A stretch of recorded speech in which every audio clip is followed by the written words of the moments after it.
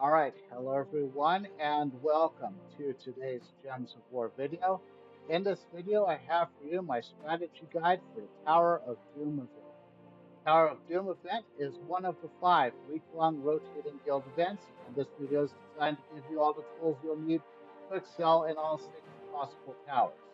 As this video is recorded, the Stone Tower of Doom is up, requiring all of my troops and my hero's weapon to use brown mana, but I will be covering all of the teams I currently use, and not just the team I will use for the Tower of Doom event. So in this video, I'm going to focus on the number of tombs you need to defeat to do your share for your guild, and how to play using scouting techniques. I'll also be talking about how many gems you plan on spending in the event shop, the event weapon, and doomed weapons in general. The three teams I currently use in the Tower of Doom's events. So each day during the event, you'll receive 4 battle sigils and can gain more battle sigils from Battle Ravens, Ace Scrolls, and the event shop. Battle sigils carry over from day to day, however, once the event is over, any remaining battle sigils will be lost, and you'll begin the next Tower of Doom event with a new stack of 4 battle sigils. To complete the event with all rewards earned, your guild must complete 1,970 dooms, which is an average of 66 dooms per guild member if your guild is full. However, unlike other guild events, this is not always a perfect indicator in and of itself of the contribution of a guild member to the guild's overall success. When the event begins, you will start on floor 1 and complete as many floors as possible. At the start of each floor, you will have 4 unlocked rooms labeled 2 through 5 and a locked room labeled 6. Unlike the Underworld Delves, each unlocked room will cost 1 battle sigil to enter. If you are defeated, you will have to pay another battle sigil to re-enter the room. Defeating the enemies in rooms 2 through 5 will reward you with a random scroll. Now, 5 of the possible scrolls result in skill boons that can result in your guild earning skill point bonuses that will remain in effect for the remainder of this event and only this event. Current skill point bonus for your guild is the number to the right of the skill icon, and the number of scrolls currently necessary to increase the skill point bonus by 1 is referenced below the icon. Life scrolls, armor scrolls, pack scrolls, and magic scrolls increment the progress bar for the applicable skill by 1, and the power scrolls increment the progress bar for all 4 skills by 1. So in this example, you can see that my guild currently has a skill point bonus for life of 6. Now, if my guild gets 2 more life scrolls, then that number will go up to 7. The unlocked scroll unlocks room number 6, allowing it to be selected. Room 6 will always include a Doom Troop in the 4th slot. Defeating all the enemies in this room will give both you and your guild credit for defeating 2 Dooms if you have the new Doomed weapon equipped to your hero and in your lineup. Otherwise, you and your guild will only receive credit for 1 Doom defeat. You'll also automatically ascend to the next floor after defeating the enemies in room number 6. So, do not challenge room number 6 until you are ready to go to the next floor. For floors 1 through 25, you'll earn a forge scroll of the same mana color as the tower.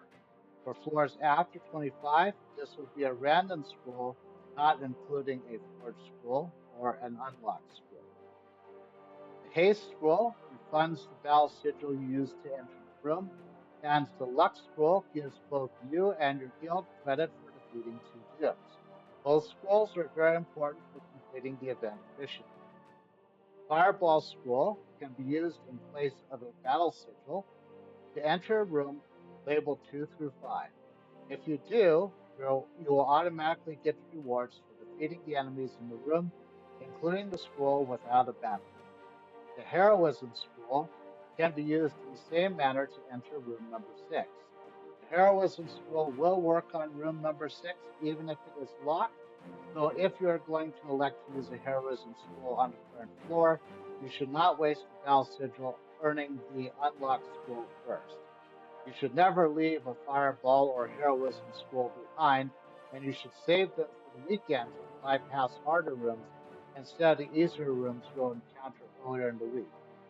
Although the scrolls in each room are random, except for forge scrolls, the locations of each scroll will be the same for each member of the same guild. This is where scouting comes in. The first member of your guild to start a given floor should enter all of the rooms and report the contents to the guild in the manner prescribed by the guild leader. This can be done in guild chat or by using one of the free tools available on the internet. If you don't know what tools I'm talking about, go to the Gems of War forums and you'll be able to find them there. Subsequent guild members should use this information to only enter the rooms with important rewards and skip the ones where the rewards are unsubstantial. Most of the guild leaders I have had the honor of playing alongside require guild members to only enter scouted rooms containing unlock, fireball, heroism, luck, and haste scrolls. A few have also requested that we collect the power and magic scrolls as well. I feel going for these two scrolls is overkill, but if the leader asks for this and we still get all the rewards, yeah, it's not that big of a deal. So, in this scenario, floor number one was already scouted by one of the players in my guild. The unlock scroll is going to be in room number 3. Room number 2 contains a haste scroll. Room number 4 contains an armor scroll. And room number 5 contains an attack scroll. Therefore, once I finish recording this video, I buy all 6 tiers, yes, all 6 tiers, and get my team set. I should only enter rooms 2, 3, and 6, and should ascend to the next floor, leaving rooms 4 and 5 as they are. All right, let's get this out of the way. In this event, you'll need to buy the first 4 tiers for 500 gems. Yep, 4 tiers for 500 gems. This is necessary to acquire the new doomed weapon that you need for your lineup. If you have the gems to do so, though, I personally recommend buying all 6 tiers right away. This will give you a lot of forged scrolls, which we'll discuss later, as well as plenty of battle sigils and potions. Let's go to the Soul Forge, which is the alternate way of getting the doomed weapon. And you can unlock the doomed weapon here, as well as any other doomed weapon originating from the current Kingdom of the Week. The new weapons will cost 8 celestial trade stones, 50,000 souls, 800 diamonds, and 2,000 of the jewels that matches the color of the weapon. And the previous weapons, one over here, there it is. Yeah, they cost a little bit more than the current one. But overall, for the current weapon, you're better off just spending the 500 gems to acquire the new weapon from the event shop instead of messing with the Soul Forge. So, other thing to keep in mind about the doomed weapons is that they require forge scrolls to temper instead of ingots. Curse breaker weapons also require the forge scroll. In addition, forged scrolls are mana color specific rather than rarity specific. And outside the Tower of Doom, the only way to get more forged scrolls is by converting writs into soul forge. I'm not going backwards. One forged scroll costs 1,000 souls, 100 writs, 5 curse runes, and 3 celestial trade stones. Now, alternatively, you can spend 1 orb of forging to unlock 1 tempering level, or a major orb of forging to unlock all tempering levels for 1 weapon. My recommendation when it comes to tempering is either to go straight for tempering level 10 or leave it at 0. As for the previous doomed events, each one belongs to a series of 6 weapons that perform mostly the same spell for each mana color. There are 4 series that I recommend that you keep a lookout for in the Soul Forge if you do not already have them. And the first one is the doomed weapons that look like rings. These give a ton of magic to all your allies when fully tempered, as well as armor to all allies. I was initially leaving these weapons not tempered, following the advice of a YouTube channel I had been watching at the time. However, I started to realize that these have much better value than I initially thought, and so I started tempering these weapons during the Tower of Doom. In the current Tower of Doom, I should earn enough Forge Scrolls to fully temper the Doom band, and this will complete the set of fully tempered Doom rings. The set of weapons that damage all enemies come up in recommended teams a little bit less often than they used to. However, they are still strong and are often good choices in teams where team restriction is a kingdom, such as the Underspire or the Raid bosses. These weapons also transform a gems of a different color into Doom Skulls and gain 3 mana back for each enemy that matches the color of the weapon. Next, we have the set of weapons that look like hammers, and these do heavy splash damage to an enemy and explode 4 random gems. In addition, the weapon stuns the enemies and cleanses allies that share the same mana color as the doomed weapon. I find these weapons very useful when I suspect the enemy team will be able to submerge. In the case of the Doom Sledge, this is an excellent DPS weapon for Cassio, which otherwise is often lacking in DPS potential. And finally, we have the Doom Pole Arms, which frequently get recommended in Journey teams as they have similar potential to the Journey event captains that were available prior to the Infinite nerf. And the remaining Doom weapons may be skipped to conserve Soulforge resources, which are better spent unlocking mythic and meta legendary tier troops and weapons with parity of legendary or below. Do not unlock every single Doomed weapon like I did. Anyway, on to the teams. Probably wondering about. So I'm going to discuss the 3 teams I use for the Tower of Doom, and for each event, I copy the team over, add the current doomed weapon in place of the common weapon used as a placeholder, and make any fine tuning before starting off. So this team I use for the stone, magic, and air towers.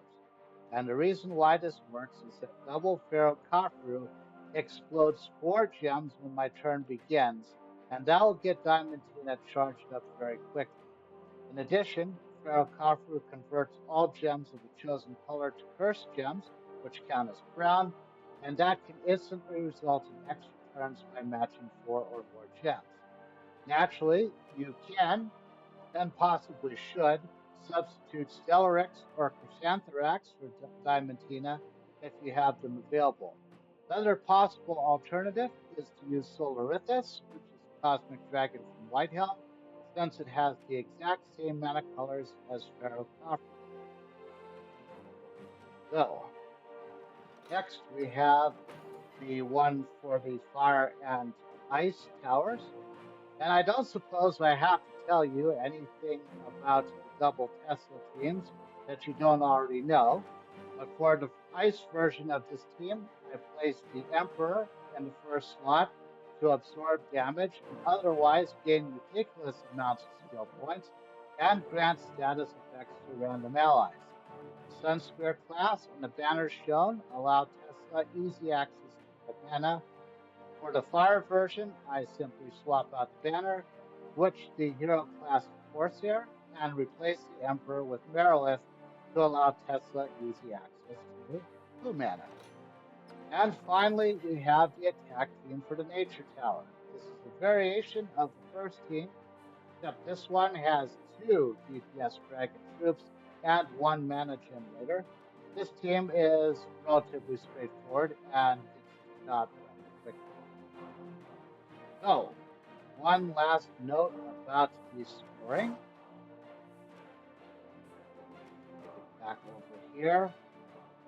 So, if you are a guild leader, when assessing your individual guild members' performance, consider also the number of boons they earned if the number of dooms they defeated appears to be too low. This could be an indication that the member was scouting, and guild members who scout while buying the same number of tiers as other guild members will naturally have a lower doom count. Throwing shade, even inadvertently, at your scouts can backfire in a bad way. I've only seen it happen once, and the guilds that did that is let's review, shall we? Yeah, let's go ahead and buy up to tier 4 so that you get the new doomed weapon and do your share, or buy up to tier 6 for extra forged scrolls and be one of your guild's top scorers. Use the techniques I talked about to scout floors when your boots are the first to get there, and use the techniques I talked about to use the scouting information to complete scouted floors quickly. Do not, and I repeat, do not waste soul forge resources on doomed weapons you will never use. I say that to myself as well, although I've already made this mistake. But keep your built Tower of Doom teams in your collection to make getting started a breeze. That's going to help you out a lot. And of course, if you enjoyed this video, please consider leaving it a like, subscribe to this channel, and or follow me on Twitch if you would like to see more of my content. And the comments below, let me know what teams you like to use for the Tower of Doom, any strategies that I might have forgotten. And with that, I will see you in the next video.